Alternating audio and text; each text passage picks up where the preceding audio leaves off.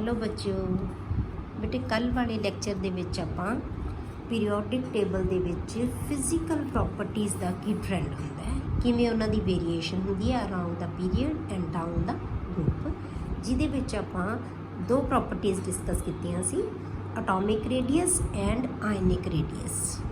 ठीक है, तो आप दसिया कि एटॉमिक रेडियस है चाहे आयनिक रेडियस है अलॉन्ग द पीरियड हमेशा डिक्रीज होता जाता है तो down the group from top to bottom हमेशा इनक्रीज होता जाता है। ठीक है, अज आप हुण उहदे नाल रिलेटेड कुछ क्वेश्चनस करते हैं।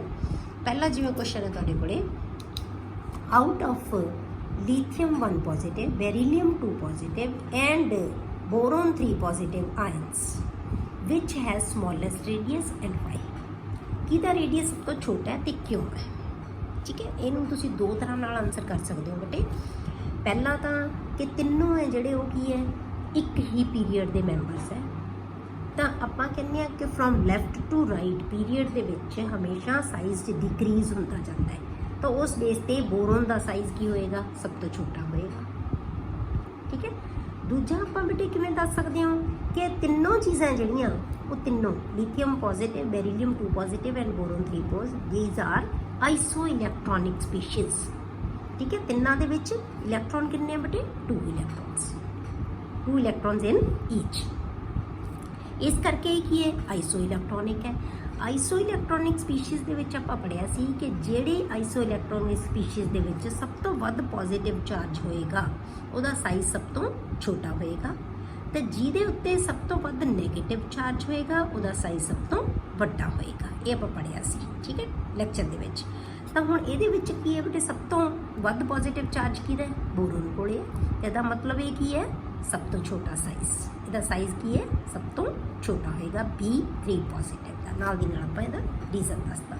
B3 positive ion has smallest radius because it is a cation with greater positive charge and also size decreases along the period from left to right. Clear? दूसरा क्वेश्चन है बेटे इहदे नाल related, which of the following species will have the largest and the smallest size। हुण आपां largest ते smallest दसांगे।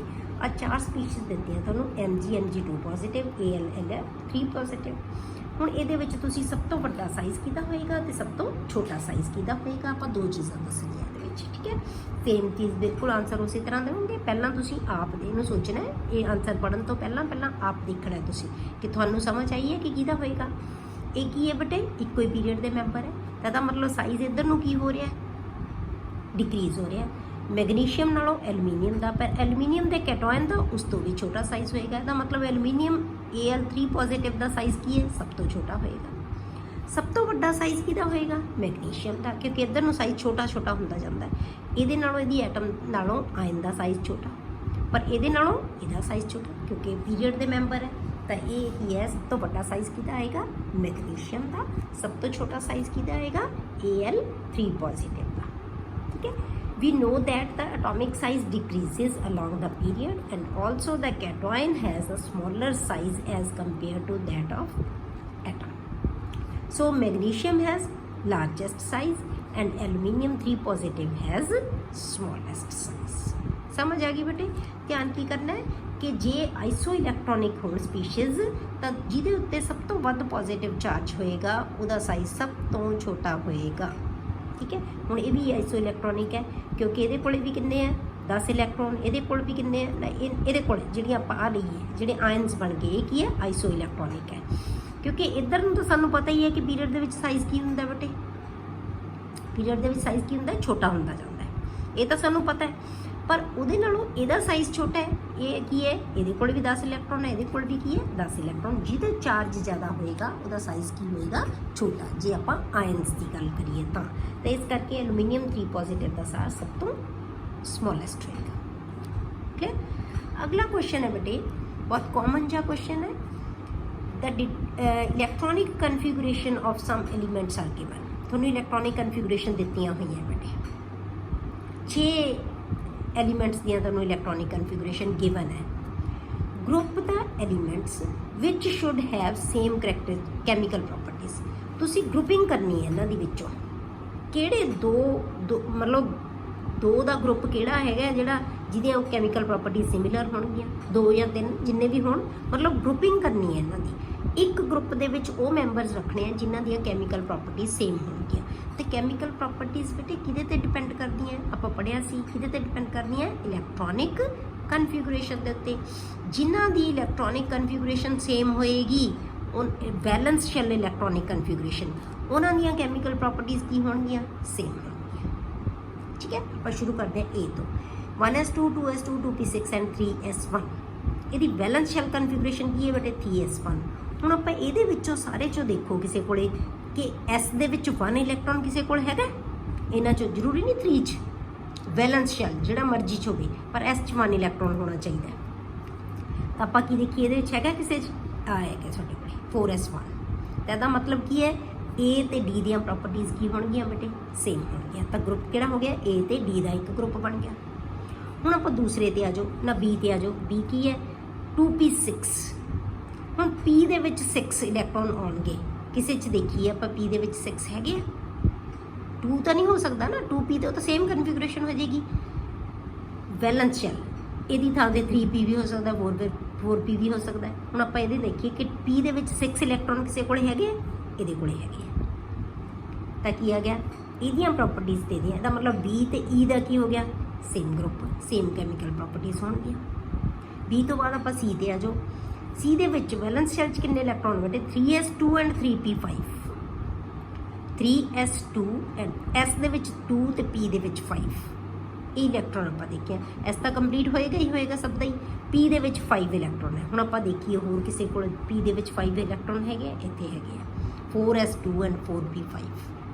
ਠੀਕ ਹੈ, 4p5। ਇਹਦਾ ਮਤਲਬ ਕੀ ਹੈ ਬੇਟੇ, ਇਹ ਗਰੁੱਪ ਕੀ ਹੋ ਗਿਆ, ਸੇਮ ਹੋ ਗਿਆ, C ਤੇ F। ਇਹਦਾ ਮਤਲਬ A ਤੇ ਕੀ ਹੋ ਗਿਆ ਬੇਟੇ, D, B ਤੇ E ਤੇ C ਤੇ F। ਇਹਨਾਂ ਦੀਆਂ ਪ੍ਰੋਪਰਟੀਜ਼ ਹੈ ਜਿਹੜੀਆਂ ਉਹ ਕੀ ਹੈ, ਸੇਮ ਹੈ। ਇਹ ਇਹਨਾਂ ਨੂੰ ਆਪਾਂ ਗਰੁੱਪਿੰਗ ਕਰਤੀ ਮੈਂਬਰਸ ਨੂੰ।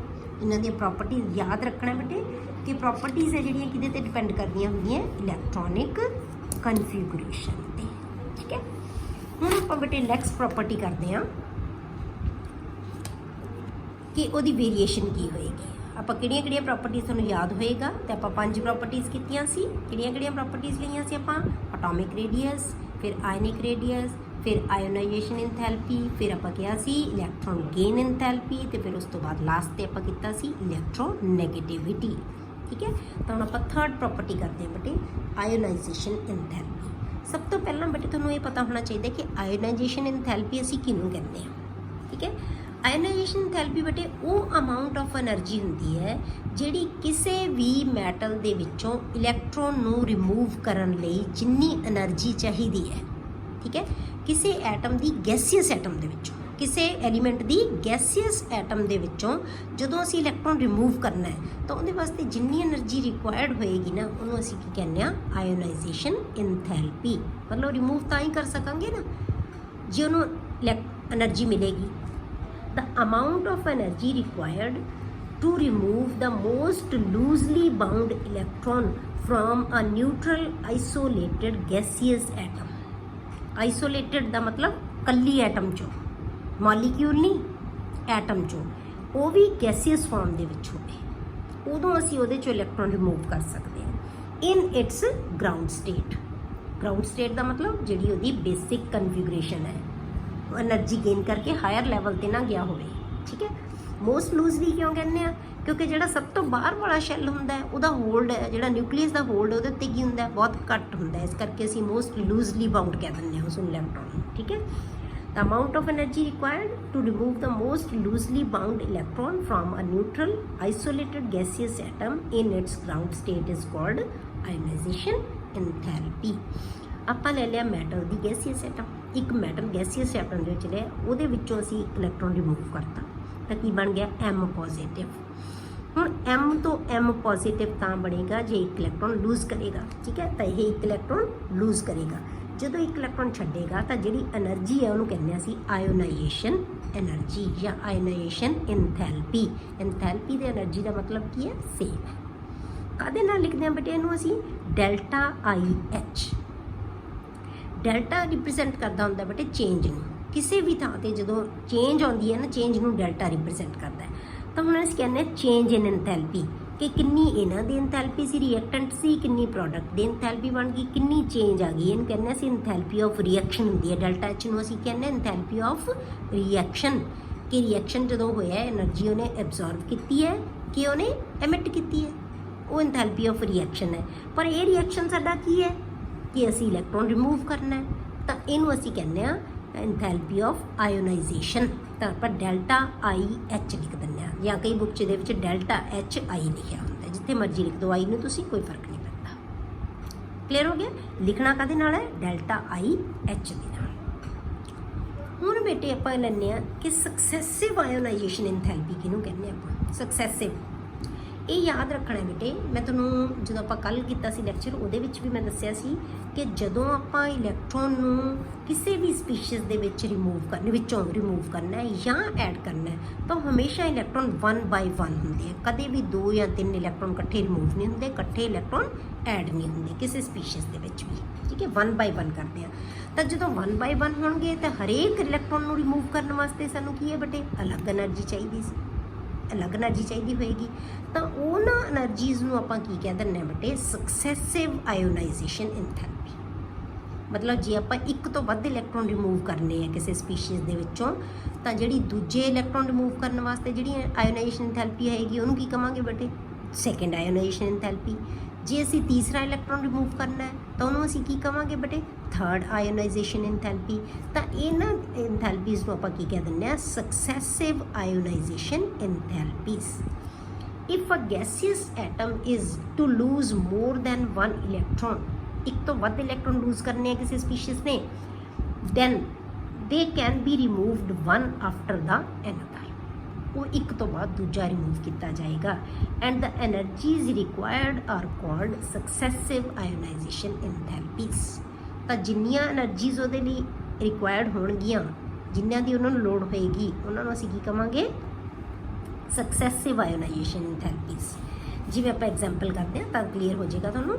ਜਿਵੇਂ ਆਪਾਂ ਲੈ ਲਿਆ ਕਿ ਮੈਗਨੀਸ਼ੀਅਮ ਹੈ ਸਾਡੇ ਕੋਲ, ਮੈਗਨੀਸ਼ੀਅਮ 'ਚੋਂ ਅਸੀਂ ਇੱਕ ਇਲੈਕਟ੍ਰੋਨ ਰਿਮੂਵ ਕਰਤਾ, ਤਾਂ ਕੀ ਬਣ ਗਿਆ ਬੇਟੇ? Mg1 positive. ਇਹਨੂੰ ਕਹਿੰਦੇ ਅਸੀਂ IE1, ਆਇਓਨਾਈਜੇਸ਼ਨ ਐਂਥੈਲਪੀ 1। ਜਾਂ ਆਪਾਂ ਲਿਖਾਂਗੇ delta IH1। Delta H1, delta H ਕੀ ਹੋ ਗਿਆ? 1। ਡੈਲਟਾ H1 ਜਿੱਥੇ ਲਿਖਤਾ ਦਾ ਮਤਲਬ ਕੀ ਹੈ ਬੇਟੇ? ਕਿ ਪਹਿਲੀ ਆਇਓਨਾਈਜੇਸ਼ਨ ਐਂਥੈਲਪੀ ਹੈ। ਆਈ ਪਾਉਣ ਨਾਲ ਸਾਨੂੰ ਆਇਓਨਾਈਜੇਸ਼ਨ ਐਂਥੈਲਪੀ ਕਲੀਅਰ ਹੋ ਗਿਆ ਕਿ ਇਹ ਪਹਿਲੀ ਹੈ, ਪਹਿਲਾ ਇਲੈਕਟ੍ਰੋਨ ਰਿਮੂਵ ਕਰਨ ਲਈ ਜਿੰਨੀ ਐਨਰਜੀ ਚਾਹੀਦੀ ਹੈ। ਹੁਣ ਆਪਾਂ ਲਿਖਤਾ ਬੇਟੇ Mg2 ਪੋਜ਼ੀਟਿਵ, ਨਾ ਸੌਰੀ Mg ਪੋਜ਼ੀਟਿਵ ਦੇ ਵਿੱਚੋਂ ਅਸੀਂ ਇੱਕ ਇਲੈਕਟ੍ਰੋਨ ਹੋਰ ਰਿਮੂਵ ਕਰਨਾ ਹੈ, ਤਾਂ ਉਹ ਕੀ ਆ ਜਾਏਗਾ? Mg2 positive.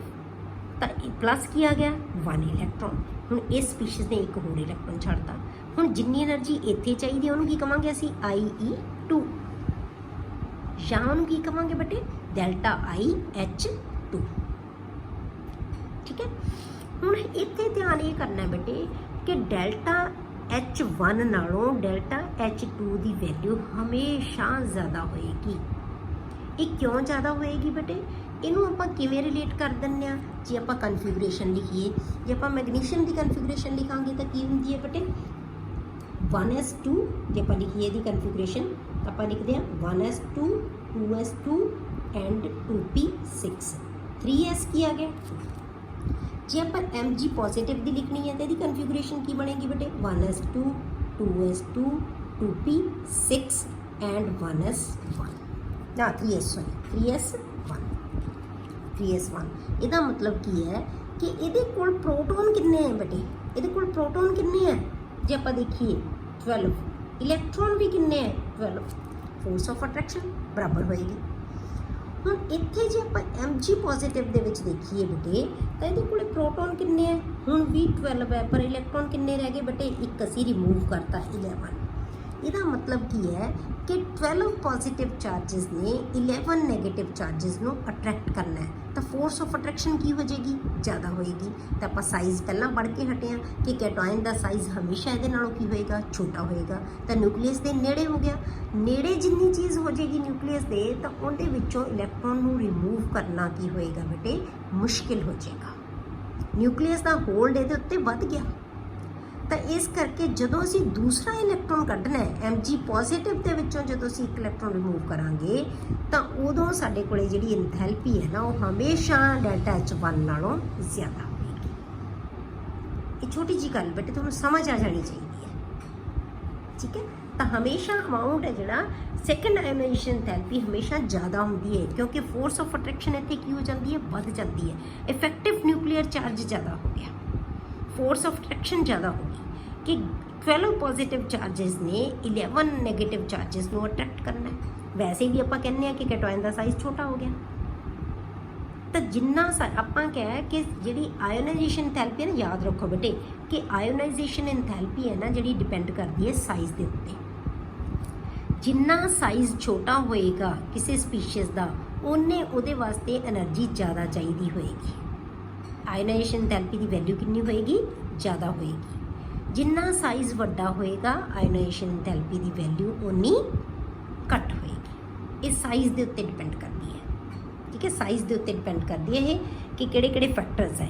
ਇਹ ਆਪਾਂ ਅੱਗੋਂ ਤੁਹਾਨੂੰ ਨਾ ਜਿਹੜੇ ਫੈਕਟਰਸ ਦੱਸੂਗੀ ਫਿਰ ਤੁਹਾਨੂੰ ਕਲੀਅਰ ਹੋ ਜਾਏਗਾ ਕਿ ਕਿਉਂ ਇਹਦੇ ਨਾਲ ਫਰਕ ਪੈਂਦਾ ਹੈ, ਠੀਕ ਹੈ। ਦੂਸਰੀ ਆਪਾਂ ਐਗਜ਼ਾਮਪਲ ਲੈ ਲਈ ਐਲੂਮੀਨੀਅਮ ਦੀ ਬੇਟੇ। ਐਲੂਮੀਨੀਅਮ ਦੇ ਵਿੱਚ ਐਲੂਮੀਨੀਅਮ ਨੇ ਕੀ ਹੈ, ਇੱਕ ਇਲੈਕਟ੍ਰੋਨ ਛੱਡਿਆ ਤਾਂ ਉਹਨੂੰ ਅਸੀਂ ਕਿਹਾ ਡੈਲਟਾ IH1 ਹੈ। ਜਦੋਂ ਇਹਨੇ ਦੂਸਰਾ ਇਲੈਕਟ੍ਰੋਨ ਛੱਡਿਆ ਤਾਂ ਡੈਲਟਾ IH2 ਹੋ ਗਿਆ। ਜਦੋਂ ਇਹਨੇ ਤੀਸਰਾ ਇਲੈਕਟ੍ਰੋਨ ਛੱਡਿਆ ਤਾਂ ਕੀ ਆ ਗਿਆ, ਡੈਲਟਾ IH3।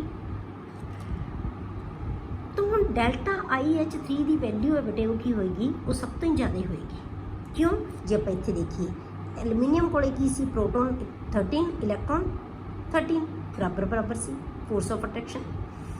ਹੁਣ ਜਿਹੜਾ ਐਲੂਮੀਨੀਅਮ ਪੋਜ਼ਿਟਿਵ ਬਣ ਗਿਆ ਉਹਦੇ ਕੋਲੇ ਕਿੰਨੇ ਬੇਟੇ, ਪ੍ਰੋਟੋਨ ਤਾਂ ਹੁਣ ਵੀ 13 ਹੈ ਪਰ ਇਲੈਕਟ੍ਰੋਨ ਕਿੰਨੇ ਹੈ ਇਹਦੇ ਕੋਲੇ, 12। ਇੱਕ ਇਲੈਕਟ੍ਰੋਨ ਅਸੀਂ ਰਿਮੂਵ ਕਰਤਾ। ਹੁਣ ਫੋਰਸ ਆਫ ਅਟਰੈਕਸ਼ਨ ਕੀ ਹੋਗੀ, ਵੱਧ ਗਈ। ਤਾਂ ਇਹ એનર્ਜੀ ਹੈ ਜਿਹੜੀ ਰਿਕੁਆਇਰਡ ਉਹ ਕੀ ਹੋਏਗੀ, ਜ਼ਿਆਦਾ ਹੋਏਗੀ as compare to this energy. ਜੇ ਹੁਣ ਆਪਾਂ ਇਹ ਜਿਹੜਾ ਬਣ ਗਿਆ ਸਾਡੇ ਕੋਲ Al2 ਪੋਜ਼ਿਟਿਵ ਜਿਹਨੇ ਹੋਰ ਇਲੈਕਟ੍ਰੋਨ ਲੂਜ਼ ਕਰਨਾ ਹੈ ਤਾਂ ਉਹਦੇ ਕੋਲ ਦੇਖੀਏ ਤਾਂ ਆਪਾਂ ਕੀ ਹੈ, ਪ੍ਰੋਟੋਨ ਕਿੰਨੇ ਹੈ 13, ਇਲੈਕਟ੍ਰੋਨ ਕਿੰਨੇ ਰਹਿ ਗਏ ਬੇਟੇ 11 ਇਲੈਕਟ੍ਰੋਨ ਰਹਿ ਗਏ ਇਹਦੇ ਕੋਲ। ਫੋਰਸ ਆਫ ਅਟਰੈਕਸ਼ਨ ਕੀ ਹੋਗੀ, ਹੋਰ ਵੀ ਜ਼ਿਆਦਾ, ਕਿਉਂਕਿ ਇਫੈਕਟਿਵ ਨਿਊਕਲੀਅਰ ਚਾਰਜ ਕੀ ਹੋ ਗਿਆ, ਵੱਧ ਗਿਆ। ਜਦੋਂ ਇਹ ਜ਼ਿਆਦਾ ਫੋਰਸ ਨਾਲ ਇਹਨੂੰ ਖਿੱਚੇਗਾ ਤਾਂ ਇਲੈਕਟ੍ਰੋਨ ਨੂੰ ਕੱਢਣਾ ਉਹਦੇ ਚੋਂ, ਜੇ ਕੋਈ ਜ਼ਿਆਦਾ ਫੋਰਸ ਨਾਲ ਫੜ ਕੇ ਰੱਖੇਗਾ ਨਾ ਕਿਸੇ ਚੀਜ਼ ਨੂੰ ਬੇਟੇ ਤਾਂ ਉਹਨੂੰ ਛਡਾਉਣਾ ਮੁਸ਼ਕਿਲ ਹੋ ਜਾਏਗਾ। ਤੇ ਇਸੇ ਤਰ੍ਹਾਂ ਇਲੈਕਟ੍ਰੋਨ ਨੂੰ ਉਹਨੇ ਫੜ ਲਿਆ ਜ਼ਿਆਦਾ ਫੋਰਸ ਨਾਲ ਤਾਂ ਇਲੈਕਟ੍ਰੋਨ ਨੂੰ ਅਸੀਂ ਕੱਢਣਾ ਬਾਹਰ, ਪਰ ਉਹ ਕੀ ਹੋਏਗਾ ਸਾਡੇ ਲਈ, ਮੁਸ਼ਕਿਲ ਹੋ ਜਾਏਗਾ, ਠੀਕ ਹੈ। ਤੇ ਇਸ ਲਈ ਥਰਡ ਆਇਓਨਾਈਜੇਸ਼ਨ ਇੰਥੈਲਪੀ ਹੈ ਜਿਹੜੀ ਉਹਦੀ ਵੈਲਿਊ ਹੋਰ ਵੀ ਜ਼ਿਆਦਾ ਹੋਏਗੀ। ਜਿੰਨਾ ਚਾਰਜ ਵੱਧਦਾ ਜਾਏਗਾ ਜਿਸ ਚੋਂ ਅਸੀਂ ਇਲੈਕਟ੍ਰੋਨ ਰਿਮੂਵ ਕਰਨਾ ਹੈ ਉਨੀ ਆਇਓਨਾਈਜੇਸ਼ਨ ਇੰਥੈਲਪੀ ਦੀ ਵੈਲਿਊ ਵੱਧਦੀ ਜਾਏਗੀ, ਕਿਉਂਕਿ ਜਿੰਨਾ ਚਾਰਜ ਵਧੀ ਜਾਏਗਾ ਸਾਈਜ਼ ਉਨਾ ਛੋਟਾ ਹੁੰਦਾ ਜਾਏਗਾ। ਜਿੰਨਾ ਪੋਜ਼ਿਟਿਵ ਚਾਰਜ ਵੱਧਦਾ ਜਾਏਗਾ ਸਾਈਜ਼ ਉਨਾ ਛੋਟਾ ਹੁੰਦਾ ਜਾਏਗਾ। ਤੇ ਜਿੰਨਾ ਸਾਈਜ਼ ਛੋਟਾ ਹੋਏਗਾ ਉਹਦੇ ਚੋਂ ਇਲੈਕਟ੍ਰੋਨ ਰਿਮੂਵ ਕਰਨਾ ਮੁਸ਼ਕਿਲ ਹੋਏਗਾ, ਠੀਕ ਹੈ। ਤੇ ਜੇ ਆਪਾਂ ਡਾਇਰੈਕਟਲੀ ਇਹਨੂੰ ਲਿਖਣਾ ਹੋਵੇ ਕਿ ਐਲੂਮੀਨੀਅਮ ਗੈਸ ਤੋਂ, ਠੀਕ ਹੈ, ਇਹ ਕਿਹੜੀ ਫਾਰਮ ਦੇ ਵਿੱਚ ਲੈਣਾ ਇਹਨੂੰ, ਗੈਸੀਅਸ, ਸਾਰੀ ਗੈਸੀਅਸ ਫਾਰਮ ਦੇ ਵਿੱਚ। ਗੈਸੀਅਸ ਤੋਂ ਕੀ ਬਣਾਤਾ ਆਪਾਂ, Al3 ਪੋਜ਼ਿਟਿਵ ਗੈਸੀਅਸ। ਇੱਥੇ ਪਹੁੰਚ ਗਏ ਸੀ, ਇੱਥੋਂ ਸਿੱਧਾ ਇੱਥੇ ਆ ਗਏ ਤਾਂ ਕਿੰਨੇ ਇਲੈਕਟ੍ਰੋਨ ਲੂਜ਼ ਕੀਤੇ ਬੇਟੇ ਨੇ, ਬਾਈ ਦ ਲਾਸ ਆਫ 3 ਇਲੈਕਟ੍ਰੋਨਸ। ਕਿੰਨੇ ਇਲੈਕਟ੍ਰੋਨ ਲੂਜ਼ ਕੀਤੇ, 3 ਇਲੈਕਟ੍ਰੋਨ ਲੂਜ਼ ਕਰਤੇ। ਤਾਂ ਇੱਥੇ ਜਿਹੜੀ ਸਾਡੇ ਕੋਲੇ ਕੀ ਆ ਗਈ ਬੇਟੇ ਵੈਲਿਊ, ਡੈਲਟਾ H। ਹੁਣ ਇਹ ਜਿਹੜੀ ਡੈਲਟਾ H ਹੈ ਨਾ ਇਹ ਕਿਹਦੇ ਬਰਾਬਰ ਹੈ ਬੇਟੇ, ਇਹਨਾਂ ਤਿੰਨਾਂ ਇੰਥੈਲਪੀਜ਼ ਦੇ ਸਮ ਦੇ ਬਰਾਬਰ। ਤਿੰਨਾਂ ਇਲੈਕਟ੍ਰੋਨ ਰਿਮੂਵ ਕਰਨ ਲਈ ਸਾਨੂੰ 3 એનર્ਜੀਜ਼ ਚਾਹੀਦੀਆਂ, ਉਹ ਤਿੰਨਾਂ ਦਾ એનર્ਜੀ ਦਾ ਸਮ ਹੈ ਜਿਹੜਾ ਉਹਨੂੰ ਕਾਹਦੇ ਨਾਲ ਲਿਖਾਂਗੇ ਅਸੀਂ, ਡੈਲਟਾ H ਨਾਲ, ਠੀਕ ਹੈ। ਜਾਂ ਡੈਲਟਾ I ਲਿਖ ਸਕਦੇ ਹੋ ਇੱਥੇ, ionization enthalpy, total ionization enthalpy ਕਿੰਨੀ ਚਾਹੀਦੀ ਹੈ, ਤਾਂ delta H is equal to delta IH1 plus delta IH2 plus delta IH3। ਤਿੰਨਾਂ ਦੇ ਸਮ ਦੇ ਬਰਾਬਰ ਹੋਏਗੀ ਇੰਥੈਲਪੀ ਜੀ, ਠੀਕ। ਹੁਣ ਆਪਾਂ ਇਹਦੇ ਵਿੱਚ ਹਮੇਸ਼ਾ ਯਾਦ ਰੱਖਣਾ ਹੈ ਬੇਟੇ ਕਿ ਇਹਦੀ ਵੈਲਿਊ ਹੈ ਜਿਹੜੀ ਕੀ ਹੋਏਗੀ, ਵੈਲਿਊ ਹੈ ਜਿਹੜੀ ਕੀ ਆਉਂਦੀ ਹੈ ਕਿ ਡੈਲਟਾ H1 ਦੀ ਘੱਟ ਹੋਏਗੀ as compare to delta H2 ਇਸ ਘੱਟ ਹੋਏਗੀ ਡੈਲਟਾ H3। ਇਹ ਯਾਦ ਰੱਖਣਾ ਹੈ। ਹੁਣ ਇਹ ਬੇਟੇ ਕਿਹੜੇ ਫੈਕਟਰਸ ਹੈ ਜਿਹੜੇ ਕਿ ਆਇਓਨਾਈਜੇਸ਼ਨ ਇੰਥੈਲਪੀ ਨੂੰ ਅਫੈਕਟ ਕਰਦੇ ਹੈ, ਕਿ ਉਹ ਜ਼ਿਆਦਾ ਹੋਏਗੀ ਜਾਂ ਘੱਟ ਹੋਏਗੀ, ਕਿਹੜੇ ਕਿਹੜੇ ਫੈਕਟਰਸ ਹੈ ਇਹ ਡਿਸਾਈਡ ਕਰਨਗੇ। ਸਭ ਤੋਂ ਪਹਿਲਾਂ ਸਾਈਜ਼ ਆਫ ਦਾ ਐਟਮ। ਐਟਮ ਦਾ ਸਾਈਜ਼ ਜਿੰਨਾ ਛੋਟਾ ਹੋਏਗਾ ਬੇਟੇ ਤਾਂ ਆਇਓਨਾਈਜੇਸ਼ਨ ਇੰਥੈਲਪੀ ਉਨੀ ਜ਼ਿਆਦਾ ਚਾਹੀਦੀ ਹੋਏਗੀ ਉਹਨੂੰ ਰਿਮੂਵ ਕਰਨ ਲਈ ਇਲੈਕਟ੍ਰੋਨ ਨੂੰ। ਜਿੰਨਾ ਸਾਈਜ਼ ਵੱਡਾ ਹੋਏਗਾ ਆਇਨੇਸ਼ਨ ਐਂਥੈਲਪੀ ਸਾਨੂੰ ਘੱਟ ਚਾਹੀਦੀ ਹੋਏਗੀ ਉਹਨੂੰ ਇਲੈਕਟ੍ਰੋਨ ਨੂੰ ਰਿਮੂਵ ਕਰਨ ਵਾਸਤੇ। ਠੀਕ ਹੈ। ਦੂਸਰੀ ਚੀਜ਼ ਨਿਊਕਲੀਅਰ ਚਾਰਜ। ਨਿਊਕਲੀਅਰ ਚਾਰਜ ਜਿੰਨਾ ਜ਼ਿਆਦਾ ਹੋਏਗਾ ਆਇਨੇਸ਼ਨ ਐਂਥੈਲਪੀ ਦੀ ਵੈਲਿਊ ਉਨੀ ਜ਼ਿਆਦਾ ਹੋਏਗੀ, ਜਿੰਨਾ ਨਿਊਕਲੀਅਰ ਚਾਰਜ ਘੱਟ ਹੋਏਗਾ ਆਇਨੇਸ਼ਨ ਐਂਥੈਲਪੀ ਦੀ ਵੈਲਿਊ ਉਨੀ ਘੱਟ ਹੋਏਗੀ। ਕਲੀਅਰ। ਨੈਕਸਟ ਹੈ ਬੇਟੇ symmetry of electronic ਕਨਫਿਗੂਰੇਸ਼ਨ। Electronic ਕਨਫਿਗੂਰੇਸ਼ਨ the symmetry ਹੈ ਨਾ ਜਿਹੜੇ ਉਹ ਵੀ ਡਿਸਾਈਡ ਕਰੇਗੀ, ਕਿਉਂਕਿ ਆਪਾਂ ਕੀ ਕਹਿੰਦੇ ਆ ਬੇਟੇ ਕਿ fully filled and half filled orbitals are extra stable. ਉਹਨਾਂ ਦੀ ਸਟੇਬਿਲਿਟੀ ਐਕਸਟਰਾ ਹੁੰਦੀ ਹੈ।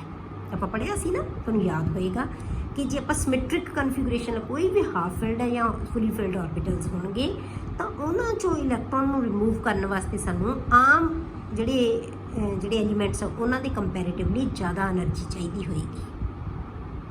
ਜਿੰਨਾ ਆਰਡਰ ਜ਼ਿਆਦਾ ਹੋਏਗਾ, ਮਤਲਬ ਜਿੰਨੀ ਸਿਮੈਟਰੀ ਆ ਗਈ ਇਲੈਕਟ੍ਰੋਨਿਕ ਕਨਫਿਗੂਰੇਸ਼ਨ ਦੀ, ਇਹਦਾ ਮਤਲਬ ਕੀ ਹੋਇਆ ਕਿ ਹਾਫ ਫਿਲਡ ਚੋਂ ਤੇ ਫੁਲੀ ਫਿਲਡ ਚੋਂ ਜਦੋਂ ਅਸੀਂ ਇਲੈਕਟ੍ਰੋਨ ਰਿਮੂਵ ਕਰਨਾ ਹੈ ਤਾਂ ਉਦੋਂ amount of energy required is more। clear। ਅਗਲਾ ਫੈਕਟਰ ਹੈ ਬੇਟੇ ਉਹ ਹੈ ਸਕਰੀਨਿੰਗ ਇਫੈਕਟ। ਹੁਣ ਸਕਰੀਨਿੰਗ ਇਫੈਕਟ ਕਿਹਨੂੰ ਕਹਿੰਦੇ ਆਪਾਂ ਕਿ ਜੇ ਆਪਾਂ ਸਪੋਜ਼ ਕਰੋ ਆਪਾਂ ਇਲੈਕਟ੍ਰੋਨ ਇੱਕ ਸਪੀਸ਼ੀਜ਼ ਦੇ ਵਿੱਚ ਅਸੀਂ ਇਲੈਕਟ੍ਰੋਨ 1s ਚੋਂ ਰਿਮੂਵ ਕਰਨਾ ਹੈ, ਇੱਕ ਸਪੀਸ਼ੀਜ਼ ਦੇ ਵਿੱਚ ਅਸੀਂ ਇਲੈਕਟ੍ਰੋਨ 3s ਚੋਂ ਰਿਮੂਵ ਕਰਨਾ ਹੈ, ਤਾਂ ਜਿਹੜੇ 3s ਹੈ ਨਾ ਜਿਹੜਾ ਉਹ ਨਿਊਕਲੀਅਸ ਤੇ 3s ਦੇ ਵਿਚਕਾਰ ਕੀ ਆ ਗਏ ਸ਼ੈਲ ਆ ਗਏ। ਪਹਿਲਾ ਸ਼ੈਲ ਵੀ ਹੈ ਦੂਜਾ ਸ਼ੈਲ ਵੀ ਹੈ, ਵਿਚਕਾਰ ਆ ਗਏ ਜਿਹੜੇ ਉਹਨੂੰ ਸ਼ੀਲਡ ਕਰ ਰਹੇ ਹੈ। ਜਿਵੇਂ ਤੁਸੀਂ ਕਲਾਸ 'ਚ ਬੈਠੇ ਹੋ ਬੇਟੇ, ਇੱਕ ਪਹਿਲੀ ਰੋ ਹੈ, ਫਿਰ ਦੂਜੀ ਰੋ ਹੈ, ਫਿਰ ਤੀਜੀ ਰੋ ਹੈ। ਜਿਹੜੀ ਤੀਜੀ ਚੌਥੀ ਰੋ ਵਾਲਾ ਬੱਚਾ ਹੈ ਉਹਨੂੰ ਦੇਖਣ ਵਾਸਤੇ ਟੀਚਰ ਤੱਕ ਉਹਦੀ ਅਪਰੋਚ ਹੈ ਜਿਹੜੀ ਉਹ ਕੀ ਹੈ ਘੱਟ ਹੈ। ਸਮਝ ਗਏ ਨਾ। ਸਕਰੀਨ ਕਰ ਰਹੇ ਆ, ਜਿਹੜੀਆਂ ਅਗਲੀਆਂ ਦੋ ਲਾਈਨਾਂ ਉਹਨੂੰ ਕੀ ਕਰ ਰਹੀਆਂ ਬੇਟੇ ਸ਼ੀਲਡ ਕਰ ਰਹੀਆਂ। ਇਸੇ ਤਰ੍ਹਾਂ ਉਹਨਾਂ ਦੇ ਵਿੱਚ ਵੀ ਸਕਰੀਨਿੰਗ ਇਫੈਕਟ ਹੁੰਦਾ ਹੈ। ਜਿੰਨਾ ਸਕਰੀਨਿੰਗ ਇਫੈਕਟ ਜ਼ਿਆਦਾ, ਜਿੰਨੇ ਵਿਚਾਲੇ ਸ਼ੈਲ ਜ਼ਿਆਦਾ ਆਉਂਦੇ ਜਾਣਗੇ ਉਹਨਾਂ ਉਹ 'ਚੋਂ ਇਲੈਕਟ੍ਰੋਨ ਨੂੰ ਰਿਮੂਵ ਕਰਨਾ ਸੌਖਾ ਹੁੰਦਾ ਜਾਏਗਾ। ਜਿੰਨਾ ਸਕਰੀਨਿੰਗ ਇਫੈਕਟ ਘੱਟ ਹੋਏਗਾ ਉਹਨਾਂ ਨੂੰ ਇਲੈਕਟ੍ਰੋਨ ਨੂੰ ਰਿਮੂਵ ਕਰਨਾ ਮੁਸ਼ਕਿਲ ਹੋਏਗਾ। ਜਿਵੇਂ ਬੱਚਿਆਂ ਨੂੰ ਮੂਹਰੇ ਵਾਲਿਆਂ ਨੂੰ ਬੱਚਿਆਂ ਨੂੰ ਸ਼ਰਾਰਤਾਂ ਕਰਨੀਆਂ ਔਖੀਆਂ ਹੁੰਦੀਆਂ, ਜਿਹੜੇ ਪਿੱਛੇ ਬੈਠੇ ਉਹਨਾਂ ਨੂੰ ਸੌਖੀਆਂ ਹੁੰਦੀਆਂ। ਠੀਕ ਹੈ। ਤਾਂ ਇਲੈਕਟ੍ਰੋਨ ਨੂੰ ਰਿਮੂਵ ਕਰਨਾ ਸੌਖਾ ਕਿੱਥੋਂ ਹੋਏਗਾ ਜਿਹਦੇ ਵਿੱਚ ਸਕਰੀਨਿੰਗ ਇਫੈਕਟ ਜ਼ਿਆਦਾ ਹੈ, ਜ਼ਿਆਦਾ ਲਾਈਨਾਂ ਵਿੱਚ ਆ ਗਈਆਂ ਜਿਹਦੇ। ਠੀਕ ਹੈ। ਅਗਲਾ ਹੈਗਾ ਪੈਨੀਟ੍ਰੇਸ਼ਨ ਇਫੈਕਟ ਆਫ ਦਾ ਇਲੈਕਟ੍ਰੋਨਸ। ਹੁਣ ਇਲੈਕਟ੍ਰੋਨ ਦਾ ਪੈਨੀਟ੍ਰੇਸ਼ਨ ਇਫੈਕਟ ਕੀ ਹੈ? ਪੈਨੀਟ੍ਰੇਸ਼ਨ ਦਾ ਮਤਲਬ ਕੀ ਹੈ ਬੇਟੇ ਕਿ ਜਿਹੜੇ ਇੱਕ ਸ਼ੈਲ ਦੇ ਵਿੱਚ ਅੱਗੋਂ ਸਬ ਸ਼ੈਲ ਬਣੇ ਹੋਏ ਹੁੰਦੇ ਹੈ। ਠੀਕ ਹੈ। ਹਰੇਕ ਸ਼ੈਲ ਦੇ ਸਬ ਸ਼ੈਲ ਬਣੇ ਹੋਏ ਹੈ। ਜਿਵੇਂ ਆਪਾਂ ਥਰਡ ਸ਼ੈਲ ਦੀ ਵੀ ਗੱਲ ਕੀਤੀ ਸੀ, ਤੇ ਥਰਡ ਸ਼ੈਲ ਦੇ ਵਿੱਚ ਅਸੀਂ 3D ਨੂੰ ਫਿਲ ਨਹੀਂ ਕਰਦੇ ਕਿਉਂਕਿ 3D ਦਾ એનર્ਜੀ ਦਾ ਲੈਵਲ ਹੈ ਨਾ ਜਿਹੜਾ ਉਹ 4s ਤੋਂ ਵੀ ਬਾਅਦ ਹੁੰਦਾ ਹੈ। ਮਤਲਬ ਕੀ ਹੈ 4s ਅਸੀਂ ਪਹਿਲਾਂ ਭਰ ਦਿੰਦੇ ਹਾਂ, ਫਿਰ 3D ਆਉਂਦਾ ਸਬ ਸ਼ੈਲ ਜਾ ਕੇ। ਮਤਲਬ ਉਹ ਸਬ ਸ਼ੈਲ ਇੰਨੀ ਦੂਰ ਹੋ ਗਿਆ ਕਿ ਇਹਦਾ ਮਤਲਬ ਕੀ ਹੈ ਕਿ ਉਹ ਉਹਦੇ ਨਾਲੋਂ ਜੇ ਆਪਾਂ ਹੁਣ ਇੱਥੇ ਬਣਾਦਾ ਮੈਂ ਆਹ ਸਪੋਜ਼ ਕਰੋ ਨਿਊਕਲੀਅਸ ਹੈ। ਠੀਕ ਹੈ। ਆਹ ਪਹਿਲਾ ਸ਼ੈਲ ਹੈ, ਇਹਦੇ 'ਚ ਕੋਈ ਸਬ ਸ਼ੈਲ ਹੈ ਨਹੀਂਗਾ। ਇਹਦਾ ਆਹ ਦੂਜਾ ਸ਼ੈਲ ਹੈ, ਇਹਦੇ ਸਬ ਸ਼ੈਲ ਹੈਗੇ ਹੈ। ਇਹਦੇ ਕਿਹੜੇ ਹੈ ਬੇਟੇ S ਹੈ ਤੇ P ਹੈ। ਠੀਕ ਹੈ। ਆ ਇਹਦਾ S ਆ ਗਿਆ ਸਪੋਜ਼ ਕਰੋ, ਆ ਇਹਦਾ P ਸਬ ਸ਼ੈਲ ਆ ਗਿਆ। S ਨਾਲੋਂ P ਦਾ એનર્ਜੀ ਲੈਵਲ ਜ਼ਿਆਦਾ ਹੈ। ਠੀਕ ਹੈ। ਫਿਰ ਥਰਡ ਸ਼ੈਲ ਲਾ ਲਿਆ ਆਪਾਂ, ਇਹ ਥਰਡ ਆ ਗਿਆ। ਥਰਡ ਦੇ ਵਿੱਚ ਵੀ ਕੀ ਹੈ ਆ S ਹੈ, ਇਹ ਇਹਦਾ P ਹੈ, ਇਹ ਇਹਦਾ D ਹੈ। ਠੀਕ ਹੈ। એનર્ਜੀ ਵੱਧ ਗਈ। ਠੀਕ। ਪਰ ਇਸ D ਦੇ ਵਿਚਕਾਰ ਸਾਡੇ ਕੋਲੇ ਕੀ ਆ ਗਿਆ ਬੇਟੇ 4s ਵੀ ਆ ਗਿਆ। ਠੀਕ ਹੈ। ਤਾਂ ਇਹ ਆ ਗਿਆ 1s, ਇਹ 2s 2p, ਫਿਰ 3s 3p, ਫਿਰ 3d, ਇਹ ਤੋਂ ਮੂਹਰੇ ਆ ਗਿਆ 4s। ਉਹਦਾ એનર્ਜੀ ਦਾ ਲੈਵਲ ਘੱਟ ਹੈ। ਠੀਕ ਹੈ। 4s। ਹੁਣ ਇਹਦਾ ਮਤਲਬ ਕੀ ਹੈ ਕਿ ਜਿੰਨਾ ਕੋਈ ਸਬ ਸ਼ੈਲ ਨਿਊਕਲੀਅਸ ਦੇ ਨੇੜੇ ਹੈ, ਇਹਦਾ ਮਤਲਬ S ਹਮੇਸ਼ਾ ਨਿਊਕਲੀਅਸ ਦੇ ਕੀ ਹੋਏਗਾ ਬੇਟੇ ਨੇੜੇ ਹੋਏਗਾ।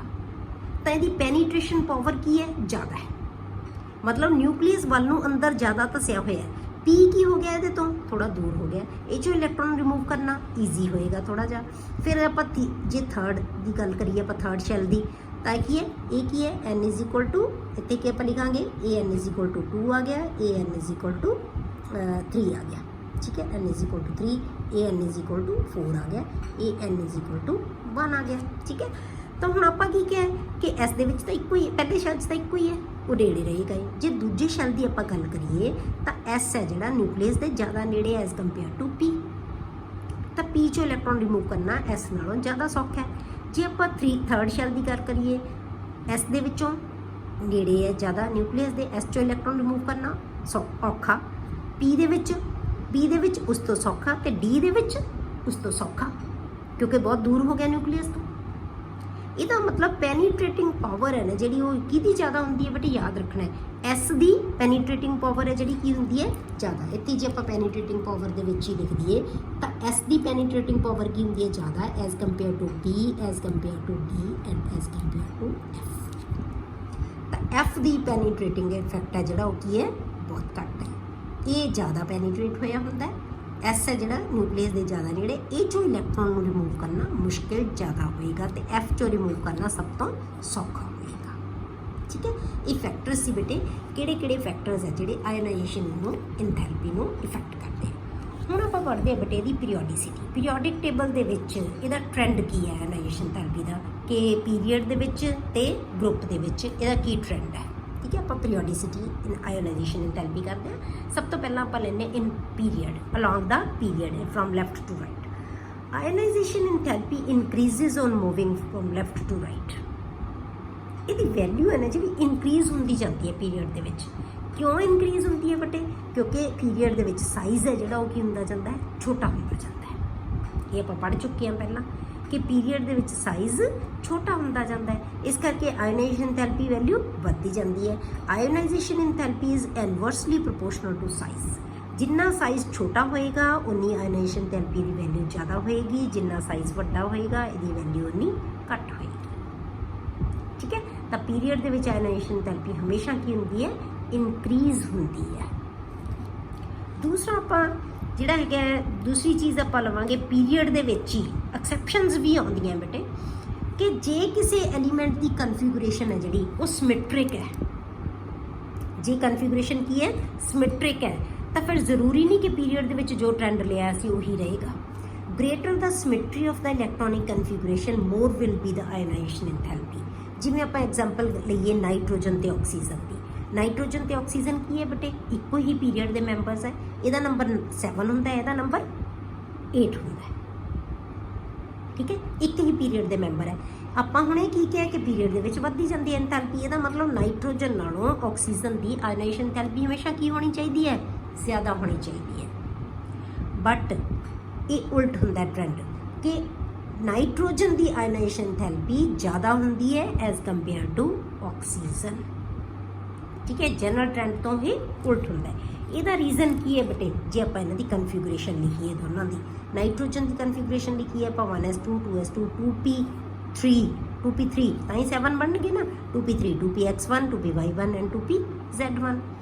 ਹੁਣ ਜੇ ਆਪਾਂ ਆਕਸੀਜਨ ਦੀ ਲਿਖੀਏ ਤਾਂ ਇੱਥੇ 2p4 ਹੈ, ਤਾਂ 2px ਦੇ ਵਿੱਚ ਕਿੰਨੇ ਹੋ ਗਏ ਬੇਟੇ, 2px, x ਦੇ ਵਿੱਚ ਕਿੰਨੇ ਹੋ ਗਏ, 2 ਇਲੈਕਟ੍ਰੋਨ, ਪੇਅਰਿੰਗ ਹੋ ਗਈ। ਇਹਦਾ ਮਤਲਬ ਕੀ ਹੈ ਬੇਟੇ, ਕਿ ਜਿਹੜਾ ਨਾਈਟ੍ਰੋਜਨ ਹੈ, ਨਾਈਟ੍ਰੋਜਨ ਦੇ ਕੋਲੇ ਕੀ ਹੈ, ਸਾਰੇ ਆਰਬਿਟਲ ਹੈ ਕੀ ਹੈ, ਹਾਫ ਫਿਲਡ ਹੈ। ਇਹਦੀ ਕਨਫੀਗੂਰੇਸ਼ਨ ਕੀ ਹੋਗੀ, ਸਟੇਬਲ ਕਨਫੀਗੂਰੇਸ਼ਨ। ਇਸ ਕਰਕੇ ਇਹਦੇ ਚੋਂ ਸਿਮੈਟ੍ਰਿਕ ਕਨਫੀਗੂਰੇਸ਼ਨ ਹੋਗੀ। ਸਿਮੈਟ੍ਰਿਕ ਕਨਫੀਗੂਰੇਸ਼ਨ ਵਿੱਚੋਂ ਇਲੈਕਟ੍ਰੋਨ ਦਾ ਰਿਮੂਵਲ ਜ਼ਿਆਦਾ ਮੁਸ਼ਕਿਲ ਹੋਏਗਾ। ਤਾਂ ਜ਼ਿਆਦਾ ਮੁਸ਼ਕਿਲ ਚੀਜ਼ ਵਾਸਤੇ ਸਾਨੂੰ એનર્ਜੀ ਜ਼ਿਆਦਾ ਦੇਣੀ ਪਏਗੀ। ਤਾਂ ਇਹਦਾ ਮਤਲਬ ਕੀ ਹੈ, ਨਾਈਟ੍ਰੋਜਨ ਦੀ ਆਇਨਾਈਜੇਸ਼ਨ ਥੈਰੇਪੀ ਆਕਸੀਜਨ ਦੇ ਕੰਪੈਰੀਟਿਵਲੀ ਕੀ ਹੁੰਦੀ ਹੈ, ਜ਼ਿਆਦਾ ਹੁੰਦੀ ਹੈ। ਇਹ ਟ੍ਰੈਂਡ ਨਾਲੋਂ ਕੀ ਹੈ, ਆਪੋਜ਼ਿਟ ਹੈ। ਇਹ ਐਕਸੈਪਸ਼ਨ ਆ ਗਈ ਇੱਥੇ। ਇਸੇ ਤਰ੍ਹਾਂ ਐਕਸੈਪਸ਼ਨਸ ਸਾਰਿਆਂ 'ਚ ਆਉਣਗੀਆਂ। ਜਿੱਥੇ ਵੀ ਇਲੈਕਟ੍ਰੋਨਿਕ ਕਨਫੀਗੂਰੇਸ਼ਨ ਸਿਮੈਟ੍ਰਿਕ ਹੋ ਜਾਏਗੀ ਤਾਂ ਉੱਥੇ ਐਕਸੈਪਸ਼ਨ ਆਏਗੀ। ਠੀਕ ਹੈ, ਹੁਣ ਆਪਾਂ ਕਰੀਏ ਬੇਟੇ ਗਰੁੱਪ ਦੇ ਵਿੱਚ ਇਹਦਾ trend. Ionization enthalpy decreases on moving from top to bottom in a group. ਹੁਣ ਗਰੁੱਪ ਦੇ ਵਿੱਚ ਆਇਨਾਈਜੇਸ਼ਨ ਇੰਥੈਲਪੀ ਦੀ ਵੈਲਿਊ ਹੈ ਜਿਹੜੀ, ਉਹ ਕੀ ਹੋਏਗੀ ਬੇਟੇ, ਉਹ ਡਿਕਰੀਜ਼ ਹੁੰਦੀ ਜਾਏਗੀ। ਕਿਉਂ, ਕਿਉਂਕਿ ਗਰੁੱਪ ਦੇ ਵਿੱਚ ਸਾਈਜ਼ ਵੱਧਦਾ ਜਾਏਗਾ। ਤਾਂ ਸਾਈਜ਼ ਦੇ ਆਪਾਂ ਹੁਣੇ ਕੀ ਕਿਹਾ ਸੀ, ਇਨਵਰਸਲੀ ਪ੍ਰੋਪੋਰਸ਼ਨਲ ਹੈ। ਤਾਂ ਜਿੰਨਾ ਸਾਈਜ਼ ਵੱਡਾ ਹੁੰਦਾ ਜਾਏਗਾ ਇੰਥੈਲਪੀ ਦੀ ਵੈਲਿਊ ਉਨੀ ਛੋਟੀ ਹੁੰਦੀ ਜਾਏਗੀ, ਘਟਦੀ ਜਾਏਗੀ। ਠੀਕ ਹੈ, ਹੁਣ ਆਪਾਂ ਇਹਦੇ ਨਾਲ ਛੋਟਾ ਜਿਹਾ ਰਿਲੇਟਡ ਨਿਊਮੈਰੀਕਲ ਕਰਦੇ ਹਾਂ, ਇੱਕ ਪ੍ਰੋਬਲਮ ਕੁਐਸਚਨ ਕਰਦੇ ਹਾਂ। Explain delta IH1 value of BE, ਮਤਲਬ ਕਿ ਬੈਰੀਲੀਅਮ Z4 ਹੈ, is more than that of boron. ਹੁਣ ਤੁਸੀਂ ਦੱਸੋਗੇ ਕਿ ਬੈਰੀਲੀਅਮ ਦੀ, ਤੇ ਇਹ ਦੋਨੋਂ ਇੱਕੋ ਹੀ ਪੀਰੀਅਡ ਦੇ ਮੈਂਬਰ ਹੈ, ਇਹਦਾ ਨੰਬਰ 4 ਹੈ, ਇਹਦਾ ਨੰਬਰ 5 ਹੈ। ਤਾਂ 5 ਨੰਬਰ ਵਾਲੇ ਦੀ ਆਇਨਾਈਜੇਸ਼ਨ ਥੈਰੇਪੀ 4 ਨੰਬਰ ਵਾਲੇ ਨਾਲ ਕੀ ਹੋਣੀ ਚਾਹੀਦੀ ਹੈ ਬੇਟੇ ਜ਼ਿਆਦਾ, ਕਿਉਂਕਿ ਪੀਰੀਅਡ ਦੇ ਵਿੱਚ ਅਸੀਂ ਕਿਹਾ ਘਟਦੀ ਜਾਂਦੀ ਹੈ।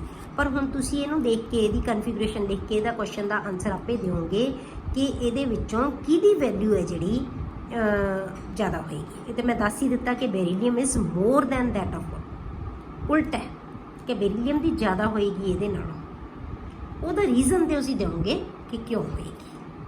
ਕਿਵੇਂ ਦਵਾਂਗੇ? ਜਿਵੇਂ ਆਪਾਂ ਹੁਣੇ ਨਾਈਟ੍ਰੋਜਨ ਤੇ ਆਕਸੀਜਨ ਦੀ ਐਗਜ਼ਾਮਪਲ ਲੈ ਕੇ ਕੀਤਾ ਸੀ, ਸੇਮ ਐਗਜ਼ਾਮਪਲ ਤੁਸੀਂ ਇਹਨਾਂ ਦੀ ਲਓ ਬੈਰੀਲੀਅਮ ਤੇ ਬੋਰੋਨ ਦੀ ਲਓਗੇ। ਠੀਕ ਹੈ, ਇਹ ਆਪਣੇ ਆਪ ਸੋਲਵ ਕਰੋਗੇ। ਬਹੁਤ ਈਜ਼ੀ ਜਿਹਾ ਕੁਐਸਚਨ ਹੈ। ਨੈਕਸਟ ਹੈ ਇਹਦੇ ਨਾਲ ਰਿਲੇਟਡ ਕੁਐਸਚਨ ਬੇਟੇ, out of lithium and beryllium which is expected to have higher second ionization therapy। ਹੁਣ ਜੇ ਆਪਾਂ ਸੈਕਿੰਡ ਪਤਾ ਲੱਗ ਗਈ ਨਾ, ਜਦੋਂ ਅਸੀਂ ਦੂਸਰਾ ਇਲੈਕਟ੍ਰੋਨ ਰਿਮੂਵ ਕਰਨਾ ਹੈ ਉਹਦੇ ਵਾਸਤੇ ਕਿਹੜੀ એનર્ਜੀ ਹੈ। ਹੁਣ ਤੁਸੀਂ ਲਿਥੀਅਮ ਤੇ ਬੈਰੀਲੀਅਮ ਦੋਨਾਂ ਦੇ ਵਿੱਚੋਂ ਦੱਸਣਾ ਹੈ ਕਿ ਸੈਕਿੰਡ ਆਇਓਨਾਈਜੇਸ਼ਨ ਥੈਰੇਪੀ ਕਿਹਦੀ ਜ਼ਿਆਦਾ ਹੋਏਗੀ। ਇਹਦਾ ਨੰਬਰ 3 ਹੈ, ਇਹਦਾ ਨੰਬਰ 4 ਹੈ। ਸਾਨੂੰ ਪਤਾ ਹੈ ਕਿ ਆਇਓਨਾਈਜੇਸ਼ਨ ਥੈਰੇਪੀ ਵੱਧਦੀ ਜਾਏਗੀ, ਇਹਦਾ ਮਤਲਬ ਕੀ ਹੈ ਇਹਦੇ ਨਾਲੋਂ ਇਹਦੀ ਆਇਓਨਾਈਜੇਸ਼ਨ ਥੈਰੇਪੀ ਜ਼ਿਆਦਾ ਹੋਏਗੀ। ਅੰਡਰਸਟੂਡ ਹੈ ਤਾਂ ਠੀਕ ਹੈ। ਐਕਸੈਪਸ਼ਨ ਕਿੱਥੇ ਹੁੰਦੀ ਹੈ? ਕਨਫੀਗਰੇਸ਼ਨ ਜੇ ਸਿਮੈਟ੍ਰਿਕ ਹੋਵੇ। ਹੁਣ ਇਹਨਾਂ 'ਚ ਕੋਈ ਫਰਕ ਹੀ ਨਹੀਂ, ਇਹ ਹਾਫ ਫਿਲਡ ਹੈ, ਇਹ ਫੁੱਲੀ ਫਿਲਡ ਹੈ, ਇਹ ਦੋਨੇ ਹੀ ਸਿਮੈਟ੍ਰਿਕ ਹੈ। ਇਹਦਾ ਮਤਲਬ ਜਨਰਲ ਟ੍ਰੈਂਡ ਆਏਗਾ ਕਿ ਜਦੋਂ ਅਸੀਂ ਇੱਧਰ ਨੂੰ ਮੂਵ ਕਰਾਂਗੇ ਤਾਂ ਇਹਦੀ ਆਇਓਨਾਈਜੇਸ਼ਨ ਥੈਰੇਪੀ ਜ਼ਿਆਦਾ ਹੋਏਗੀ ਲਿਥੀਅਮ ਨਾਲੋਂ ਬੈਰੀਲੀਅਮ। ਪਰ ਆਪਾਂ ਕਿਹੜੀ ਕਰਨੀ ਹੈ ਬੇਟੇ? ਸੈਕਿੰਡ ਆਇਓਨਾਈਜੇਸ਼ਨ ਥੈਰੇਪੀ ਆਪਾਂ ਸੈਕਿੰਡ ਕਰਨੀ ਹੈ। ਹੁਣ ਆਪਾਂ ਸੈਕਿੰਡ ਵਾਸਤੇ ਪਹਿਲਾਂ ਇੱਕ ਇਲੈਕਟ੍ਰੋਨ ਰਿਮੂਵ ਕਰ ਦਿਓ ਦੋਨਾਂ 'ਚੋਂ, ਤਾਂ ਇੱਕ ਇਲੈਕਟ੍ਰੋਨ ਇਹਨੇ ਰਿਮੂਵ ਕੀਤਾ ਤਾਂ ਕੀ ਬਣ ਗਿਆ? Li ਪੋਜ਼ਿਟਿਵ ਬਣ ਗਿਆ। ਇਹਦੀ ਕਨਫੀਗਰੇਸ਼ਨ ਲਿਖੋ, ਆ ਇਲੈਕਟ੍ਰੋਨ ਬਾਹਰ ਗਿਆ ਤਾਂ ਕੀ ਰਹਿ ਗਿਆ? 1s2 ਰਹਿ ਗਿਆ। ਠੀਕ ਹੈ, ਇਲੈਕਟ੍ਰੋਨ ਅਸੀਂ ਕੱਢਤਾ। ਇਸੇ ਤਰ੍ਹਾਂ ਬੈਰੀਲੀਅਮ ਦਾ ਲਿਖ ਲਓ। ਹੁਣ ਇਹ 'ਚੋਂ ਇੱਕ ਇਲੈਕਟ੍ਰੋਨ ਰਿਮੂਵ ਕਰਤਾ, Be ਪੋਜ਼ਿਟਿਵ ਬਣ ਗਿਆ। ਕਨਫੀਗਰੇਸ਼ਨ ਕੀ ਰਹਿ ਗਈ ਬੇਟੇ? 1s2 ਐਂਡ 2s1 ਕਿਉਂਕਿ ਇੱਕ ਇਲੈਕਟ੍ਰੋਨ ਰਿਮੂਵ ਕੀਤਾ ਸੀ। ਹੁਣ ਅਸੀਂ ਕੀ ਕਰਨਾ ਹੈ ਬੇਟੇ ਕਿ ਇਹਦੇ ਵਿੱਚੋਂ ਇਲੈਕਟ੍ਰੋਨ ਰਿਮੂਵ ਕਰਨਾ ਹੈ, ਇੱਕ ਇਹਦੇ 'ਚੋਂ ਇੱਕ ਇਹਦੇ 'ਚੋਂ। ਉਹ ਕੀ ਹੋਏਗਾ? Second ionization therapy. ਤਾਂ ਹੁਣ ਤੁਸੀਂ ਕੀ ਦੱਸੋਗੇ ਕਿ ਲਿਥੀਅਮ ਦੇ ਵਿੱਚੋਂ ਇਲੈਕਟ੍ਰੋਨ ਨੂੰ ਰਿਮੂਵ ਕਰਨਾ ਸੌਖਾ ਹੋਏਗਾ ਕਿ ਬੈਰੀਲੀਅਮ ਦੇ ਵਿੱਚੋਂ ਇਲੈਕਟ੍ਰੋਨ ਨੂੰ ਰਿਮੂਵ ਕਰਨਾ ਸੌਖਾ ਹੋਏਗਾ?